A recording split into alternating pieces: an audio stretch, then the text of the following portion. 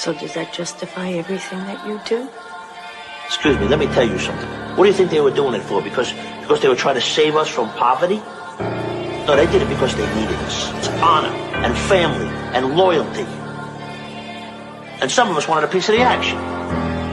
Now, we weren't educated like the Americans, but we had the balls to take what we wanted.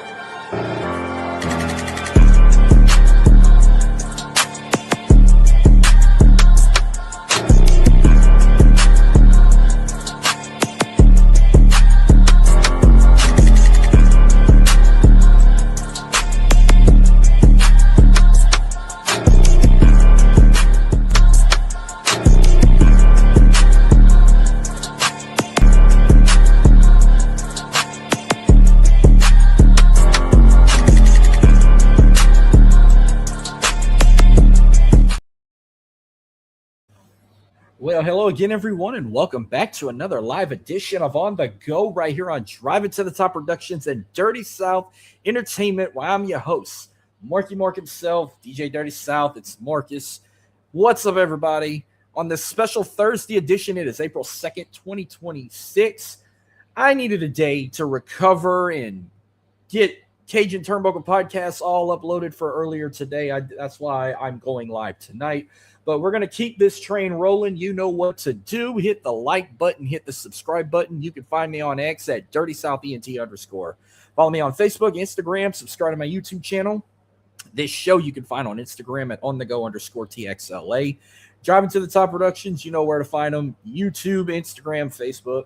This show is presented by, right below me, POGGERS, the official vitamin supplement, and Rogue Energy, the official gaming drink of On The Go. Whether you choose poggers.shop or go to rogueenergy.com and download that app on any mobile device, OTG is that promo code. It will get you 10% off of your order, whether you choose Rogue Energy or Poggers. Let's get this one rolling. You know what? I got to start off hot. So we're going to go ahead and jump straight to the 713 and talk H-Town. Let's get this one rolling, shall we?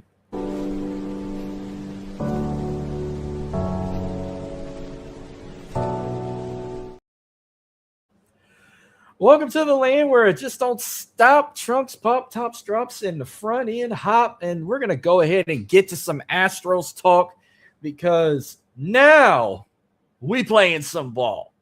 Yeah, it was a rough start opening weekend, losing 2 in a row to the Angels. And now we're on a hot streak right now. I want to say we are now on a 5-game win streak. Yeah, our overall record 5-2.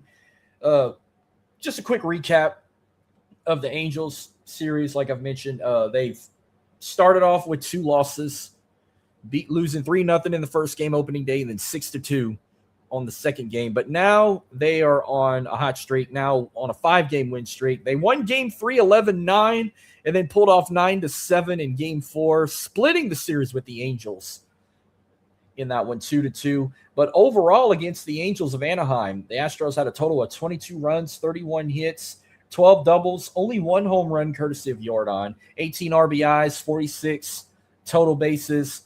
They struck out 37 times. They had 5 stolen bases, but their batting average was .231 against the Angels. Their SLG was .343, and their OPS was .695. Now, at the time, the pitching crew was ranked last in MLB, but they've allowed 33 hits, 25 errors, 9 home runs, 28 walks, 46 strikeouts, and their ERA was 6.25 against the Angels. Then Tetsuya Imai made his worldwide debut in Major League Baseball on Sunday. In just 2.2 innings, I mean, yeah, your numbers won't be as good, but you got to trust the process. This guy wanted to come to Houston when he signed with MLB. He wanted to be an Astro, and we were so glad to have him.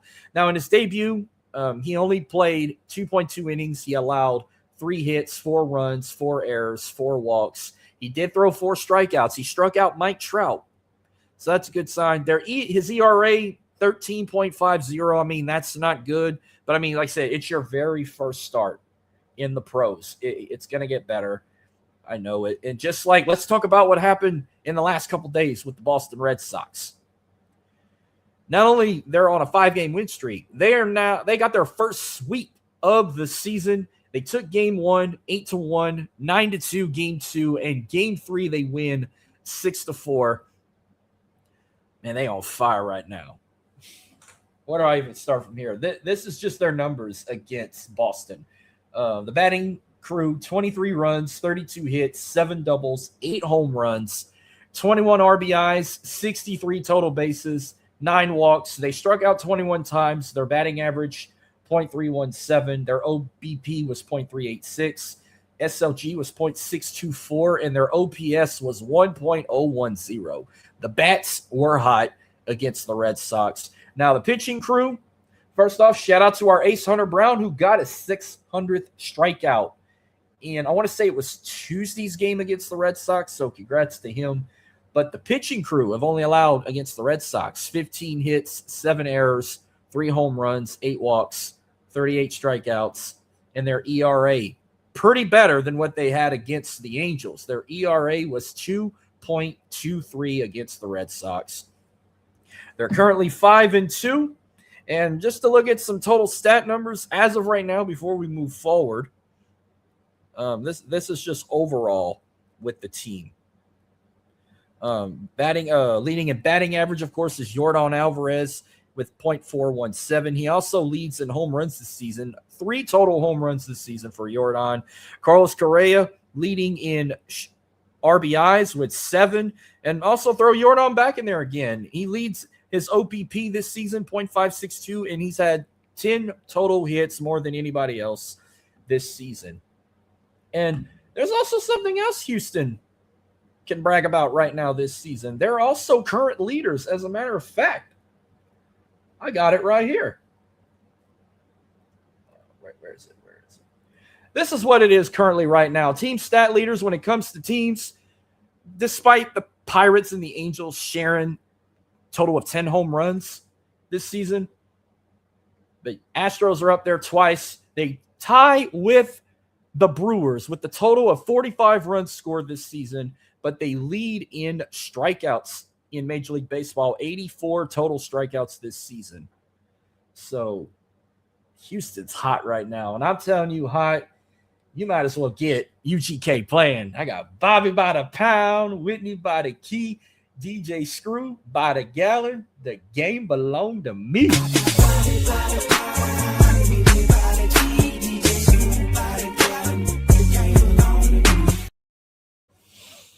UGK repping for life, 713, baby, because like Zero says, I'm so Houston. I'm so Houston. Oh, they hot. And it's going to continue to roll because what the Astros got next this weekend, they head out west to Sacramento still for the time being. Division matchup with the Athletics. Still crazy just calling them the Athletics. Can't say the Oakland A's. They're no longer in Oakland. They're not in Vegas yet. They're just in Sacramento. But we're just calling them the A's. And I just want to see where they currently stand as of right now, because we could see another potential sweep this weekend with the Oakland. God, I said it right there, Oakland. No, the Athletics. Currently 1-5. Well, they've only had 1 win. I think they just got their first win the other day. Let's see. It wasn't yesterday. They lost to the Braves yesterday. So their only win of the season was Tuesday night on March 31st. They beat the Braves 5-2. So that's their only win of the season so far. But let's look at the pitching lineup. Let's start Friday night. It's going to be a late start time, 8:40 p.m. Astros are favorite. Christian Javier versus Jeffrey Springs on the mound. All right, I like this. Yeah, Javier's ERA not as good. Maybe it can drop a little bit, 11.57. So far this season, he's already pitched 4.2 innings, 4 hits, 1 strikeout, 4 walks, and 2 home runs he's allowed, where Jeffrey Springs, his ERA is a little better, 3.38, and he's played 5 innings so far this season. He's allowed 5 hits, 2 strikeouts, and 3 walks. So Might be a little pitching challenge there, but I think they can pull it off. Saturday, we'll have a 3:05 p.m. start time. It's going to be Tetsuya Imai versus Luis Morales. Ooh, that's going to be a good lineup. Good lineup there. All right, I already said Imai's numbers. And then on Easter Sunday, they're going to play at 3:05 p.m. It's going to be Lance McCullers Jr. versus Jacob Lopez. And Lance had a hot game back on Monday night against the Red Sox.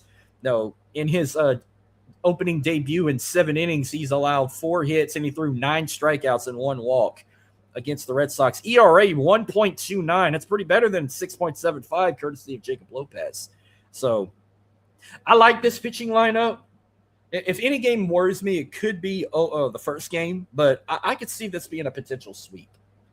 I don't think the Athletics are going to be a problem despite it being a road series.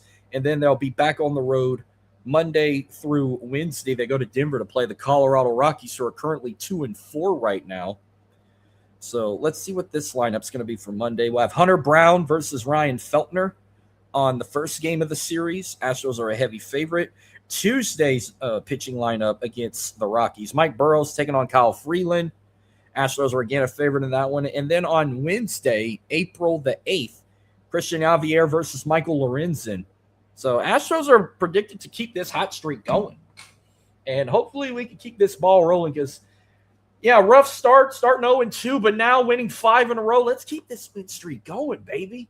I love coming on here and talking positive. That's why I'm repping them today on their off day. But we're going to keep the Houston talk going here. Let's go ahead and talk another team in H-Town that's been making me happy as well. Let's go ahead and talk the Houston Rockets. Get the lighters ready, because it's time to light the fuse. Light it up, light it up, light it up, light the fuse, light it up, light it up.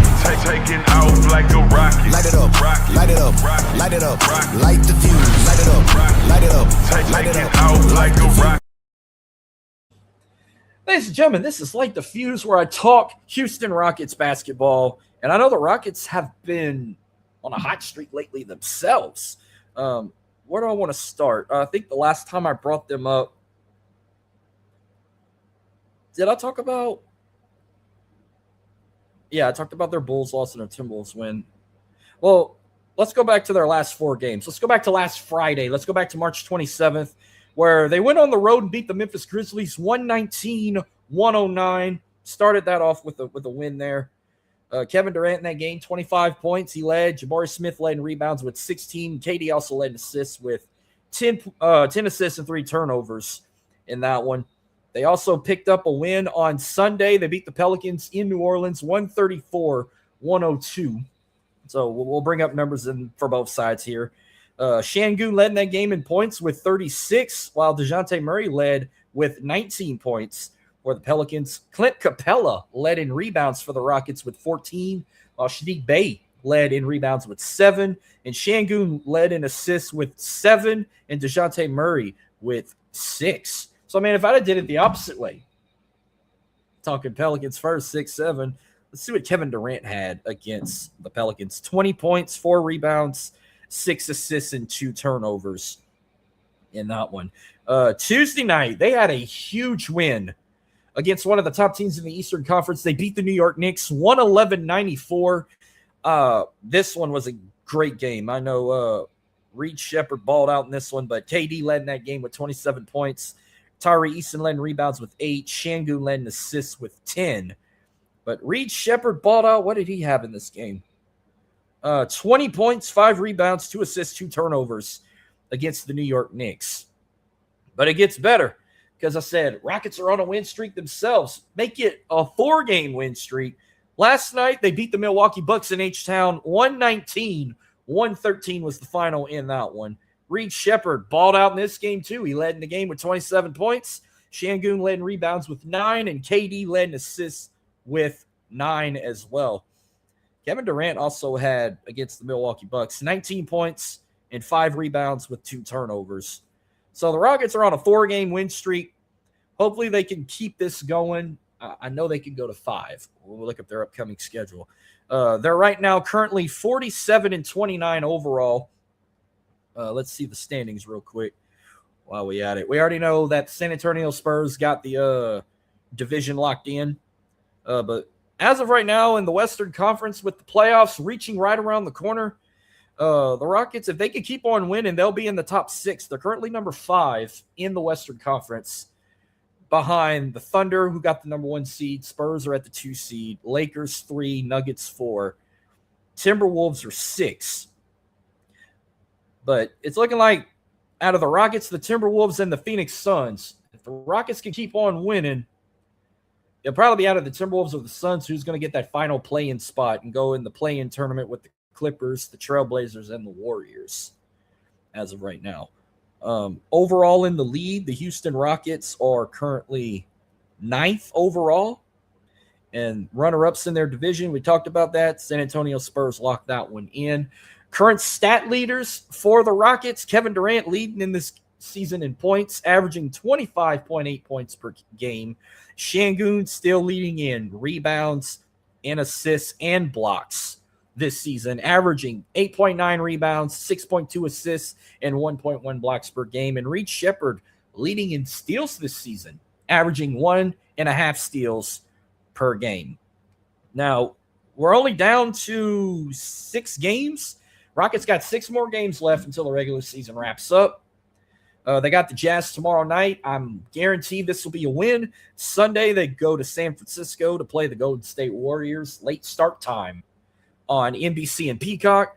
Tuesday, April 7th, late start time again. They go to the Phoenix Suns. Also going to be on NBC and Peacock.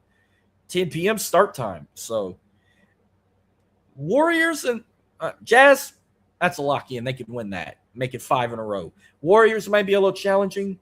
Suns are going to be a little tough. That's what they got left until next week's show. I plan on going live on April the 8th. Final Four, March Madness, and all that will be officially over with, and I can talk more about them. So that's all the talk I got for the Houston Rockets. But I do have one more thing H-Town related I want to get to before we move across I-10. I completely forgot. Well, I'll just get this real quick. I got nothing Houston Dynamo, except one thing. They got a matchup this Saturday with the Seattle Sounders. I guess the whole league had a break this past weekend, so there were no matchups. But Dynamo trying to get back in the winning ways. They got to play Seattle this Saturday at the Shell. Hopefully they can pull it off and get back on their winning ways. But let's talk about – I forgot that happened this past weekend with so much going on. Week 1 of the UFL took place this past weekend, and I got the results here, and we'll make a quick prediction and whatnot. Go back to opening night. Stallions beat the Kings 15-13. Then Saturday we had a doubleheader, the greatest rivalry in the UFL. Battlehawks and the Defenders, close game, but the Battlehawks got the win 16-10 over the Defenders. I'm going to jump to Sunday real quick. 2 teams making their debuts, but the Orlando Storm was victorious over the Columbus Aviators, 23-16. Those 3 games were very, very close, except our matchup with the Dallas Renegades. The only game that was a complete blowout, you could say. Renegades whooped the – I only watched a few highlights on the UFL's website. The Gamblers got their ass whooped, 36-17 against the Renegades. The only Houston team right now that's on a hot seat with me. With what I saw in the highlights online, Hunter Deckers went 19 for 29 in passing, 227 passing yards. He had 3 carries for 28 yards and a rushing touchdown. Jontre Kirkland led in receiving, 4 catches for 60 yards. The offense alone, 242 total passing yards, 42 total rushing yards with 11 carries. That's bad numbers. Their run game is shit. But they got some receivers they can catch. 261 total receiving yards on 22 receptions for the offense. Defense needs some work, though. 67 total tackles, 42 solos, 2 sacks, and 7 tackles for a loss. Of course, they get the shit into the stick, but that's what you get for changing their damn name. We were happy with the Roughnecks. And then you have to go with a mascot, the Gamblers. Gambling is illegal in Texas. That's why they come to Louisiana. They come to Lake Charles to the Golden Nugget or LaBerge or Isle Capri, or they go to Shreveport, whatever they got up there. I don't like their chances. They're one of 3 teams to be 0-1. And it's not going to look good for them. They got to play a team that won last week. But here's what we have for week 2 of the UFL before we get to the 3-3-7. We got a Friday night matchup tomorrow. The DC Defenders at the Columbus Aviators. One of them's going to get their first win of the season. I'm going to go with the Defenders, unfortunately. Then Saturday, 2 new franchises battling it out. The Louisville Kings and the Orlando Storm.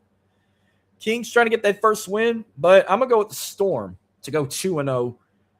First team to go 2-0 this season. By the way, Defenders, Aviators, 7 p.m. on Fox Good Friday. Kings and the Storm Saturday night at 7 p.m. on ESPN. Easter Sunday, we got the Birmingham Stallions at the Houston Gamblers, 5 p.m. start time, and this one will be live on the NFL Network. I don't like their chances. I'm not going to be surprised if they start off 0-2 and Birmingham goes to 2-0 as well. And then a Tuesday night game, April 7th, a battle of undefeated teams, St. Louis Battlehawks, Dallas Renegades. Someone's season's going to drop, get their first loss, and someone's going 2-0. I'm going to go with the Battlehawks. Give me the St. Louis Battlehawks to go 2-0 after defeating the Renegades.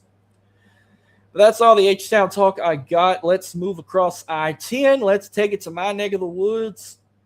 Talk some baseball, shall we? Let's go to the 3-3-7.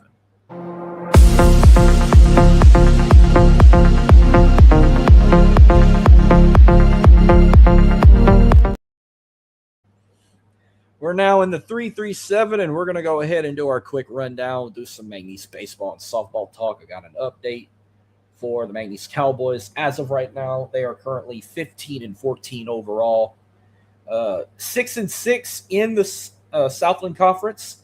They're currently on a 2-game win streak right now. Their home record at the Geaux, not too good, 9-11, but their road record is pretty good, 6-3. Let's see what happens since. Let's go back to this. Let's go back to their last weekend series with Abilene Christian. Lost the series to the Wildcats. They dropped the first game 4-6 or 6-4, and Saturday they dropped 7-6, and Sunday they picked up the win 11-10. But Tuesday was an important game for them. They had their rivalry game with the Raging Cajuns, the Battle of the 3-3-7. Went to the Magnies Cowboys. They beat the Pokes 10-7. No, they beat the Pokes. They beat the Cajuns 10-7. What am I thinking? Currently this weekend, they are playing the Privateers. They're in New Orleans. They're at it. They're actually playing a game right now, with it being Easter, so no games on Sunday. Let's see if I can get an update on the first matchup that's currently going on right now. Tomorrow night, they're going to play at 6:30, and Saturday, they're going to wrap it up at 2 p.m. with the Privateers. And they'll be on the road Tuesday. They go to Grambling to play the Tigers, the G-Men, and then Wednesday, early start time at the Geaux. They welcome Dillard University, wherever they're from. 6 minutes ago, Pokes are up 2-1 going into the top of the 4th inning. So they're up right now. Hopefully they can keep it going. But that's your update for Magnies baseball. Let's see how softball's doing real quick. Currently 23-14 right now. They're 7-6 in the conference. Lost their last game. Home record's outstanding, 16-6. Road record 6-7. 6-7, not too good. Let's see what they've had recently. They swept Incarnate Word this past weekend, 9-5 on Friday, 6-5 on Saturday, and 8-6 on Sunday. They did get shut out earlier today. They're currently at home playing Southeastern for a series. They dropped the first game 4-0. They'll play them again. Actually, they're playing a doubleheader today. They're playing the second game currently right now. Let's see if I can get an update. And then they'll play one more game tomorrow on Friday at 1 p.m. And then Wednesday, April 8th, they go to College Station to play Texas A&M. Let's see if I got an update for the softball team. Last update was 18 minutes ago. Going into the 3rd inning, Magnies leading 3-1 against Southeastern. So, they're winning. Let's keep that one going. that's the updates for them. Let's go jump to the next one. It's baseball in Southwest Louisiana. Let's get an update on the Raging Cajuns, who are currently 18-11 overall, 3-6 in the Sun Belt, 14-6 at the Teague, 4-5 on the road. So let's start off. All right. UL Monroe, can't believe they lost a series to the damn Warhawks. Lost 2 games. They lost the first 2, 5-3 on Friday, 7-3 on Saturday, but picked up the win Sunday 4-0. Their loss to McNeese 10-7. They're currently playing a 3-game series on the road. They're at James Madison. Currently playing a game now.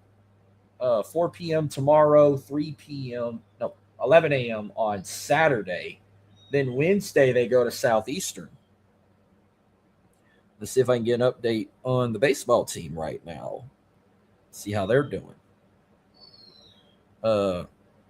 Going into the top, this is about 26 minutes ago, top of the 8th, Cajuns are up 5-4. All right, let's keep that one rolling. LSU Eunice, as of right now, 26-5, undefeated 4-0 in their conference. They're on a 4-game win streak. 23-4 at Cajun Prairie, 3-1 on the road, so not bad. They shut out their rivals, Baton Rouge Community College, in that 4-game stretch. That's all they had recently. 5-0 on Friday. They played a doubleheader on Saturday, won 10-2 and 6-4, and then Sunday in 5 innings they won that one 11-1. They're currently in New Orleans also. They're playing another big rivalry of theirs, Delgado Community College. I don't even remember what their mascot is. They're currently playing a game now. They'll play a doubleheader tomorrow at 2 and 5, and then wrap up Saturday at 1 p.m. Don't have an update for them. I want to see what their mascot is. See if I can try and pull that up. While I try and look that up, that wraps up. That's the quickest I ever went with baseball in Southwest Louisiana. Let's go ahead and jump to Tigerland. Get an update on LSU baseball and softball. So, without any further ado, let's go to the 225, shall we?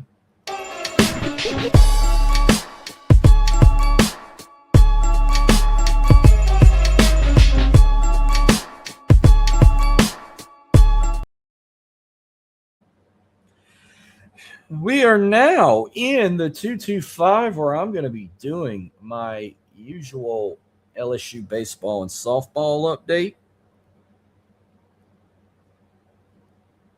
By the way, Delgado Community College in New Orleans, their mascot is the Dolphins. Okay. The Dolphins. All right.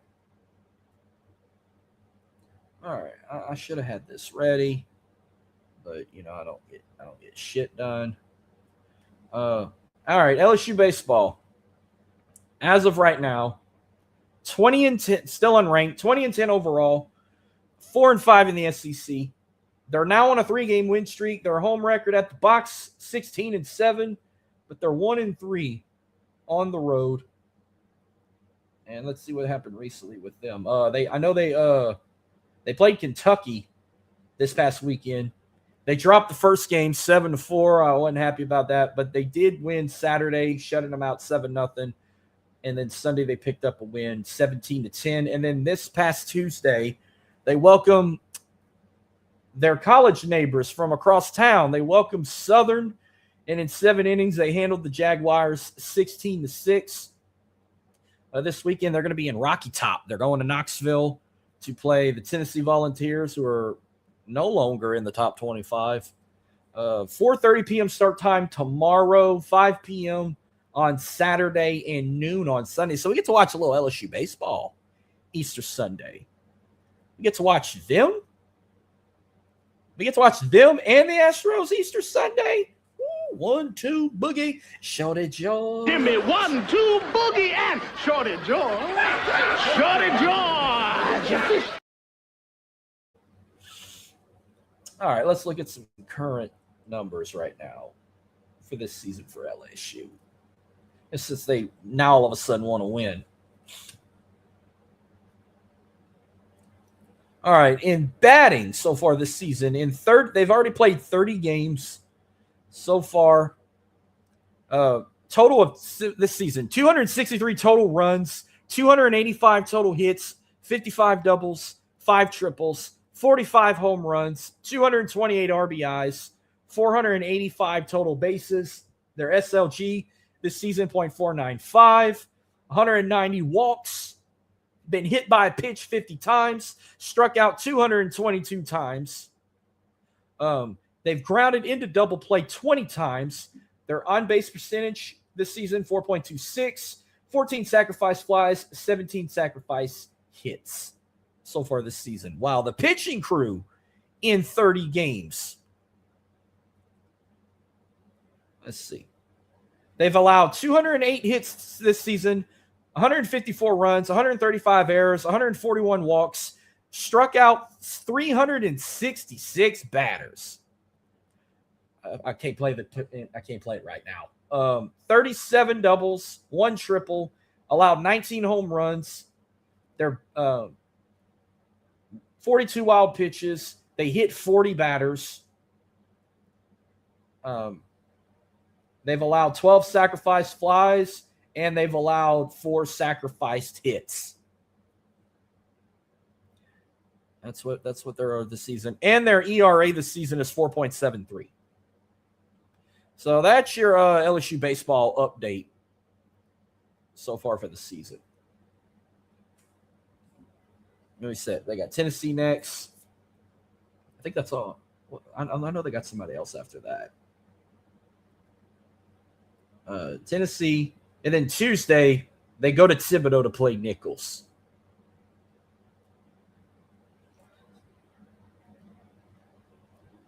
Wait. That's not even their schedule.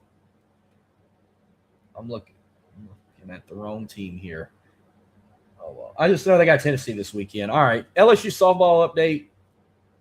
Currently right now they're 23-12, 4-8 in the SEC. 18-4 at home, 4-4 on the road. It's LSU softball. Let's see what happened this past weekend. I think they hosted Oklahoma. Lost the series. They dropped the first game 3-2, but they won the second game 3-1, but dropped the final game 8-4. And they're going to be at Mizzou this weekend. Actually, they're currently playing them right now. They'll play them again tomorrow at 3 and Saturday at 2:30. Then Tuesday, they're back at home hosting Central Arkansas. LSU is currently number 22 right now in the top 25. Let's see if I can get an update on LSU softball right now before we go ahead and jump to the 504. My shit want to be fucking slow right now. But I think we got bad weather coming. Let's see if I can get that up. I'm going to go ahead and jump straight to the 504 while this loads up. And we'll go straight to some New Orleans Pelicans talk and take flight. So let's get to the 504.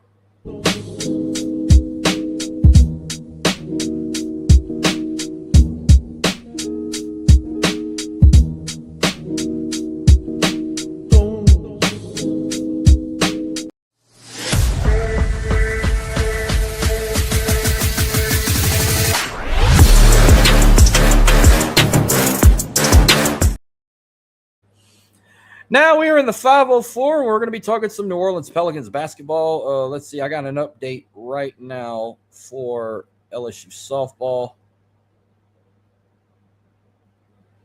Everything's a video right now. Everything's a video. Oh, they're winning. They just had a home run like a few minutes ago. They were up 7-0.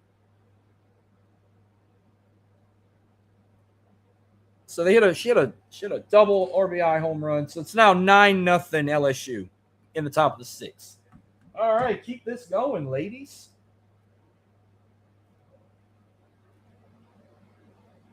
So I'm watching Impact. I got to rewind it from the beginning.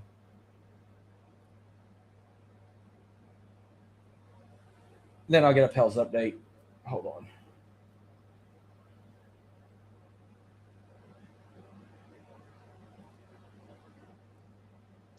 All right.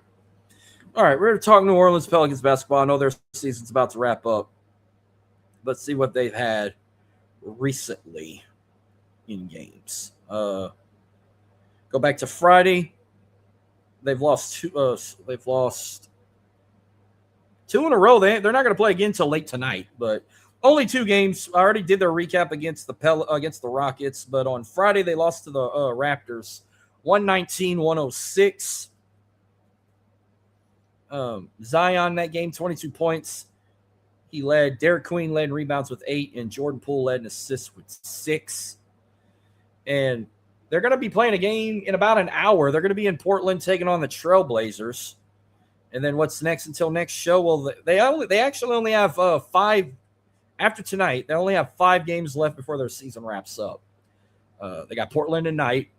They go to Sacramento tomorrow night, late start time. They host the Magic on Easter Sunday at 6. Tuesday, they host the Jazz, and that's all we got till next show. And then after the show, they'll only have 2 games left against the Celtics a week from tomorrow, and their final game of the regular season against the Timberwolves in Minnesota 1 week from Sunday, April 12th. So their final home game is Tuesday, April 7th against the Utah Jazz. Let's look at some current stat leaders right now this season. Team leaders, Trey Murphy leading in points, averaging 21.7 points per game. And he leads in assists, averaging 3.8 assists per game. Derek Queen leads in rebounds, averaging 6.8 rebounds per game. Herb Jones leading in steals, averaging 1.6 steals per game. And Yves Missy leading in blocks, averaging 1.5 blocks per game. And that's your update on the New Orleans Pelicans. I ain't got much left. I'm going to try and keep it under an hour. I got just a couple more things left, and I'm going to wrap this up. Let's get an update. Let's get an update in college basketball. No, the Final Four begins, well, for the women, it starts tomorrow. The men start Saturday. So let's go ahead and recap this amazing Elite Eight we've had recently. Let's go back to Saturday. And I said I was going to get all this shit ready. And see, how long has it been since the teams punched their ticket to the Final Four? We'll start with the Fighting Illini of Illinois, the first team to punch their ticket to the Final Four. They beat Iowa 71-59. Then next was Arizona. Good game here, but it was all Wildcats. They beat Purdue 79-64 to punch their ticket to the Final Four.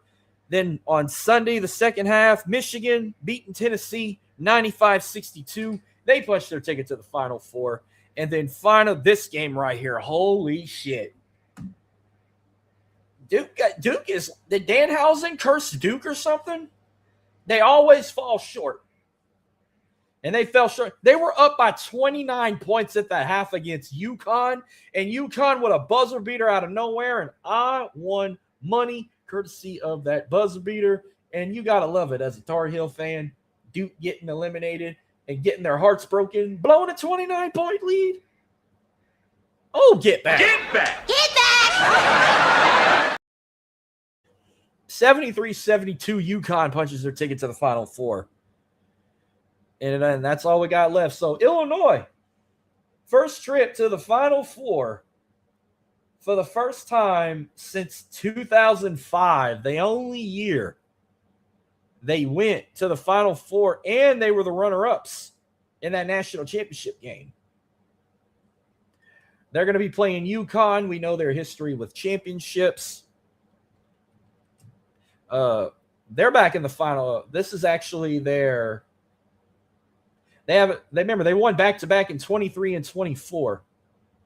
But they're 6-time national champions. And it's kind of funny, too. Every time UConn went to the Final Four, they've won. So this is their 7th Final Four appearance. Are they going to win number 7? I mean, that's lucky number. Can it be lucky number 7 for UConn? Remember, UConn never lost when they went to the Final Four. That is insane. That might be the luck of the Huskies there. Michigan back in the Final Four. They've only had one national championship. Really? I thought they've won more. They won it in 1989. I know that couldn't have been their only Final Four appearance.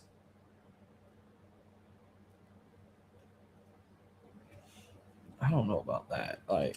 And then Arizona,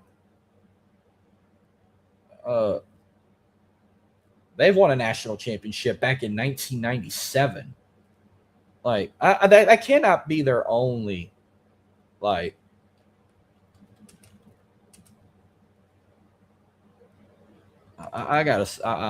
want to see something here before we move forward.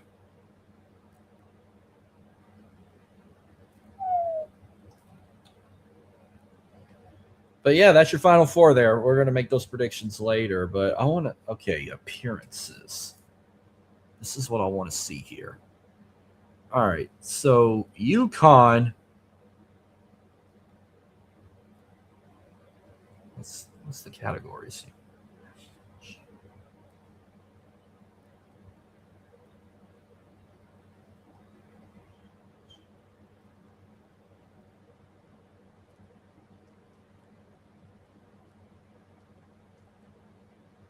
Oh.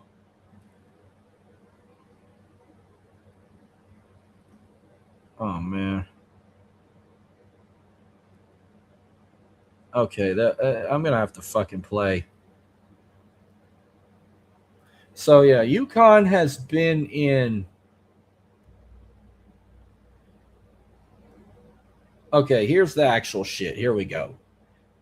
They've been in 8 Final Fours and won 6 out of 8. Okay, that makes more sense now. Been in 8 Final Fours, 6 championship games, and they've won 6. So, all right, let's rephrase this, shall we? Start with UConn. UConn has been to the Final Four, like I said, 8 times, but when it comes to national championships, they've never lost. So that means there were 2 times they failed. So 8 Final Four. So that means I guess this is number 9 coming up. Did they update this or not? That's the only thing I don't know here. Did this get updated?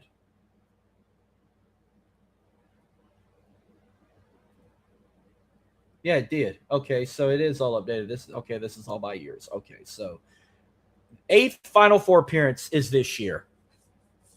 So that's for UConn. Their opponents, let's see if I can see any more down the list. So there was UConn. Looking for Michigan, Arizona, and Illinois. Okay, Michigan is right here. They have this is going to be their 7th Final Four appearance. They've played in 5 national championships, but they've only won 1, and that was in 1989. So their national championship record not good. They're 1-4 in the national championship, where UConn is 6-0. Arizona, this is their 5th Final Four appearance. They've been in 2 national championships, and they're 1-1. Remember, they only won 1 national title. And that was back in 1997. And then last but not least, we said Illinois. All right, let's see if I can. I'm going down the list. This is a long-ass list.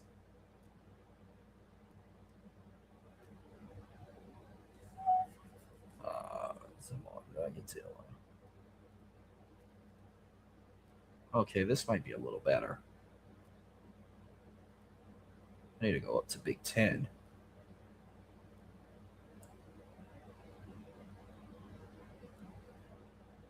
All right, here we go. Illinois, right here. Okay, Illinois has been in 6. This will be their 6th Final Four appearance. And they've only been in 1 national championship game. And they've never won a national championship.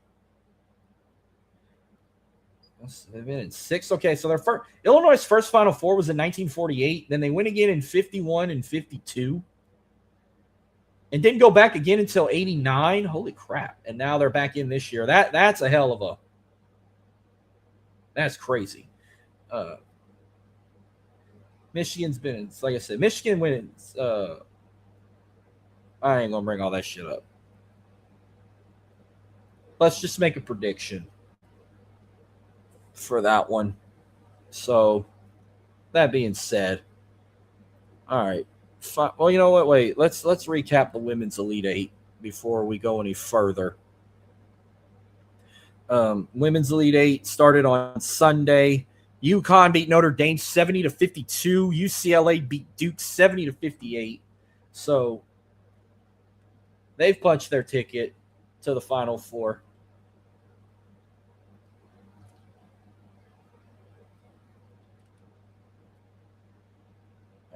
I want to get the women's history ready while we're at it.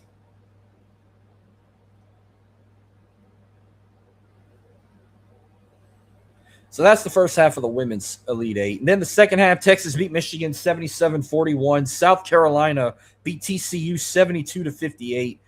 And the women's Final Four starts tomorrow on Good Friday. Where's appearances? That's what I want to see. First game, be a hell of a game. But no, and it's all number 1 seeds. They said this is the first time ever that in the women's Final Four, it's all number 1 seeds. They said that has never happened. So first game, South Carolina versus UConn tomorrow night at 6 p.m. Texas UCLA tomorrow at 8:30. Where?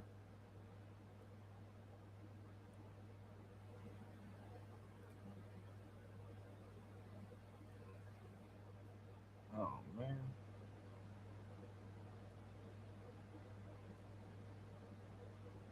I want to see appearances.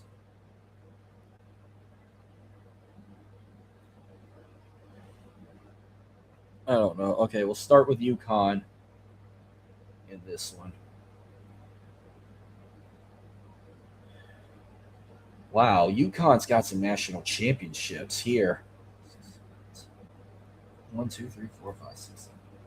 12 national championships in women's basketball. There are the defending champs. They won it last year. They're on a repeat to go back-to-back. South Carolina have only had 3. Remember, they last won their national title in 2024.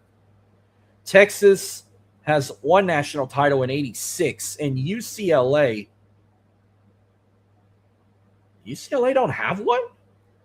What?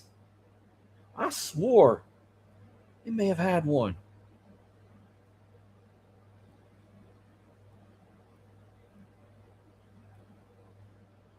I swore. But I would love to see total Final Four appearances by these teams. Like I can't. I don't know why I don't want to show.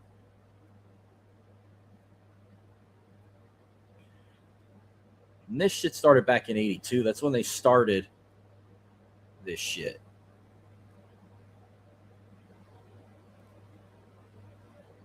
I don't know. Not even gonna worry about that shit no more. We'll just go ahead and make straight predictions for this one.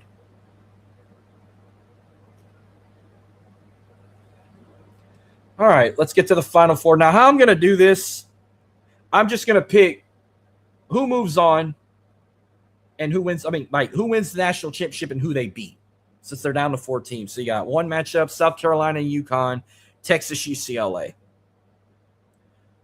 I think it's going to be – I know in my bracket I put UCLA winning it all, but I might have to switch it here. I'm going to go with UConn going back-to-back, winning the Final Four in the national championship against UCLA. That'll be your title game. UConn repeats, goes back-to-back there. While the men's Final Four, I feel like whoever's going to win that Michigan-Arizona game is going to win it all. But I'm going to just go off a limb and say Arizona wins the national championship against Illinois. going to be Big 10 versus Big 12 in the national title game. I'm going to go with Arizona to win that one. And that'll wrap up all that. Now let's get an NIT update. I know by next show we'll have a national champion. Tulsa won their semifinal game 74-69. They're going to play the winner of Illinois State and Auburn. That's going to tip off in like 10 minutes. But I got Auburn winning the NIT. I'm going with the SEC. Auburn, I think, is going to beat Illinois State, and they're going to play Tulsa in the NIT championship, and Auburn is going to win the men's NIT.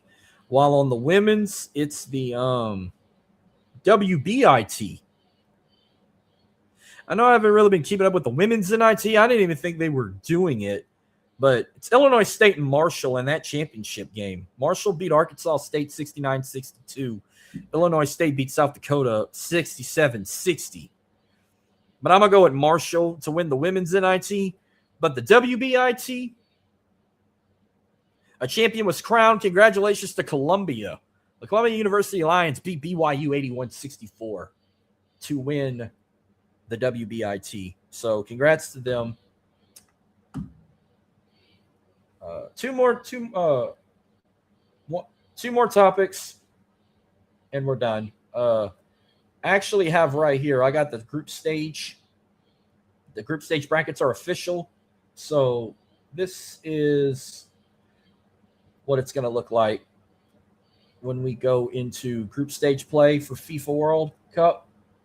So as you look right here, Group A, you got Mexico, South Africa, South Korea, and Czechia. I got it right, Czechia. Group B, Canada. Oh my God, what the fuck is this country? Bosnia and Herzegovina. If one of y'all says some silly ass name, this whole class is gonna feel my wrath. I'm just gonna say Bosnia. I can't pronounce that shit. Let's see what they say. Let's see what they say on the ESPN app.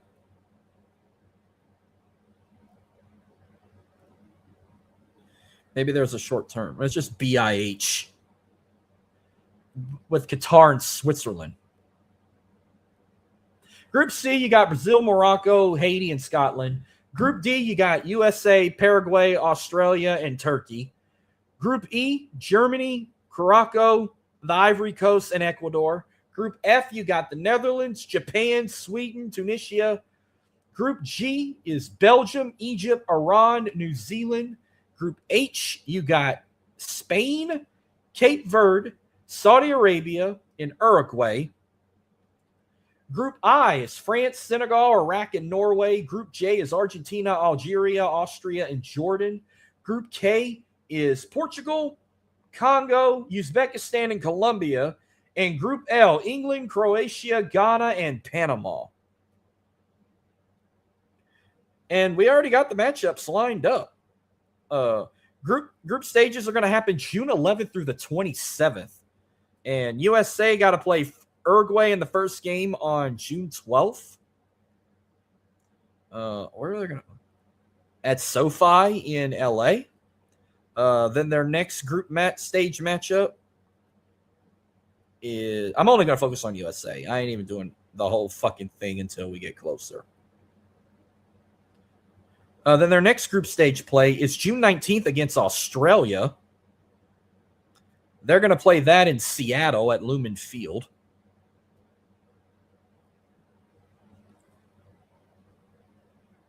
You know what? Maybe if I just click on the team, it'll actually fucking show. Here we go. This is better. Okay, so when it starts, only 3 group stage matchups. Yeah. Paraguay, June 12th at SoFi. Australia, June 19th in Seattle. And then their final group stage matchup is Thursday, June 25th against Turkey. And it's going to be at SoFi again. So that's USA's group stage matchups. FIFA schedules, like I said, group stage play is June 11th through the 27th. Round of 32 is going to be June 28th through July 3rd. Round of 16, July 4th through the 7th. The quarterfinals, July 9th through the 11th. Semifinals will be July 14th and 15th. Third place game is July 18th, and the finals will be July 19th. I want to say the finals is at SoFi. I mean, not SoFi, at MetLife. Semifinal games are going to be in Dallas at AT&T Stadium. Third place game is at Hard Rock Stadium in Miami. The finals is at MetLife, so I was correct. Yeah, it's at MetLife. So that's your group stage matchups. Are you guys excited for FIFA? If you love soccer? Oh, shit. There we go. All right, one more thing, and I'm wrapping this up. I thought I was going to keep it under an hour, but I guess not. Give you a quick NASCAR update. Cookout 400 this past weekend in Ridgeway. Chase Elliott finally got a win for Hendrick. He started the race 10th, and he wins first. Runner-up was Denny Hamlin, who started first. Third place, Joey Logano, who started 9th. Stage 2 went to Denny Hamlin. Runner-up was Ty Gibbs, and third place was Joey Logano. And Stage 1 went to Denny Hamlin. Runner-up was William Byron, and Josh Berry came in third. No race this weekend due to Easter, but I said April's going to be a hot month, and it starts with the Food City 500 in Bristol. Oh, I can't wait to start gambling for that. But that's going to wrap up tonight's show. Thank y'all for tuning in. Hope you guys, first off, have a wonderful Good Friday tomorrow and Easter weekend. Remember, Easter, we celebrate Jesus who rise from the dead on the third day in accordance with the scriptures and ascended into heaven. So all my Catholic peeps, all my Christian people, happy Easter. Hope you all have a wonderful weekend, whether you're bowling, crawfish, or barbecuing. Easter's a special holiday. So that will wrap up. Hope you guys enjoy your Easter weekend, the Final Four. National Championship coming on Monday. Enjoy your basketball, your baseball, and softball. Beautiful, lovely weather. We might have some rain this weekend. I don't know. But peace, love them out. God bless y'all. God bless America. I'll see y'all next Wednesday.